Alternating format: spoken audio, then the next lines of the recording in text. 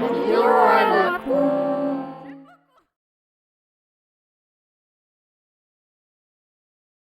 Salut à tous, aujourd'hui petite vidéo à la con consacrée au démontage de la calandre parce que j'ai des petits travaux à faire, donc j'en profite pour faire une vidéo. Comme ça je vais vous faire voir comment ça se démonte. Et puis bah c'est parti. Allez hop, on y va. Donc pour démonter la calandre, alors déjà il faut ouvrir votre capot bien sûr, hein, ça me paraît logique. Vous avez 4 tétons qui sont ici.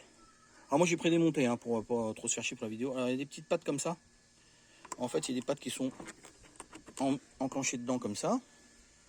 Alors la tétine elle est enfoncée, vous relevez un peu la tétine, puis après vous tirez dessus, ça s'enlève.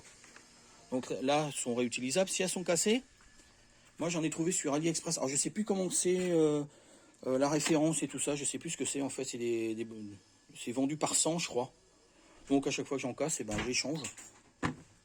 Et voilà. Donc vous enlevez vos 4 tétines là. Alors après, en dessous de la voiture, vous avez votre plaque où vous faites votre vidange. Alors il y a des... Alors, juste dans l'angle, il y a 2 vis à enlever de chaque côté. Et puis après, bah, vous enlevez vos vis en dessous. Hein. Alors, il y en a 4-5, je crois. Ouais, il y en a 4-5. Voilà. Hop. Ah, je fais du sport encore. Et alors là, où c'est plus rock'n'roll, c'est au niveau de l'aile. Donc, je ne sais pas si vous voyez bien. Donc, vous avez les tétines sur les ailes. Donc, il y en a une en bas. Il y en a une là. Il y en a une autre un peu plus haut et une autre là. Donc, en fait, il faut enlever les 3 premières. Celle du haut, celle du milieu et celle du bas. Celle qui est complètement en bas, ça sert à rien parce qu'en fait, c'est le pare-choc n'est pas fixé dessus.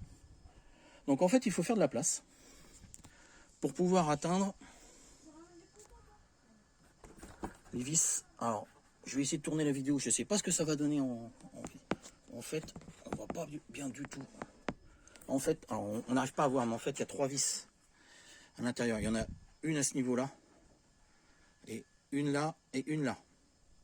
Hein, c'est des vis de 10, des écrous de 10, enfin, pas des écrous, des boulons. Alors celui-là, il faut l'enlever complètement parce qu'il est fixé carrément au pare-choc. Par contre, ceux-là, en fait, c'est une forme de glissière. Donc, il faut juste les desserrer. Vous les desserrez de 3-4 mm. En plus, celui-là, il est un peu rock'n'roll à choper, mais bon, ça le fait quand même. Avec des grandes tiges. Alors moi, j'ai pris ça. J'ai pris une grande rallonge comme ça. Rallonge un peu flexible. Alors, pour celle du fond. Celle du milieu, la rallonge courte, c'est suffisant. Donc c'est du 10. Et en fait, ça donne des écrous. Où est-ce que j'ai ces mis? Ils sont là. Voilà. Donc le premier, c'est de l'écrou de 10 comme ça. Donc ça s'enlève d'ailleurs. Enfin, je vais en mettre du dégrippant pour puis un petit peu d'huile ou de graisse pour remonter. Donc, en fait, à ce niveau-là, donc de chaque côté. Hein. Celui-là, il faut l'enlever complètement. Et celui-là, et ces deux-là, qui est ici, il faut juste les desserrer. Et en fait, vous allez voir, quand je vais le démonter, c'est juste ça fait un U, en fait. C'est juste une forme de glissière. Donc, normalement, si je ne me suis pas trompé, il faut démonter ça. Il faut démonter ça. Les vis en dessous, et théoriquement, plus les 4 tétines ici, normalement, en tirant dessus, ça devrait venir. Allez, à tout de suite. Bon, alors de retour, voilà. Donc là, j'ai démonté. Ça donne ça. Donc en fait, il y a juste à tirer dessus. Hein. Alors après, vous prévoyez un truc en dessous pour poser. Donc je vais avoir du câblage à déposer. Donc je vais juste débrancher mes fils pour pouvoir avoir accès à ma calandre. Donc, alors juste pour info, voilà, ceux qui n'ont jamais vu les calandres démontées. Alors les petites boîtes là, il y en a une de ce côté-là et une de ce côté-là. Et bien en fait, c'est des petits capteurs qui servent à détecter votre pression de pneu.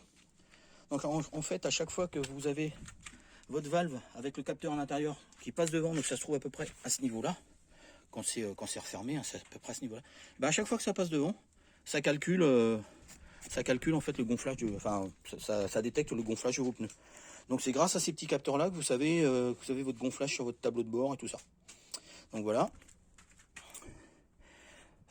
Sinon, rien de spécial. Hein. Donc moi je vais faire mon petit bricolage.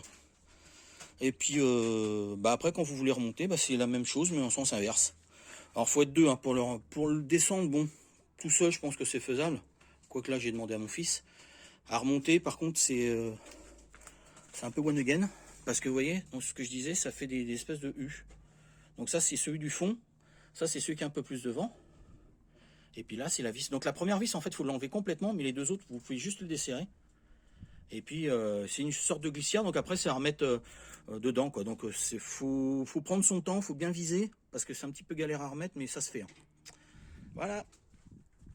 Allez. Bisous, bisous.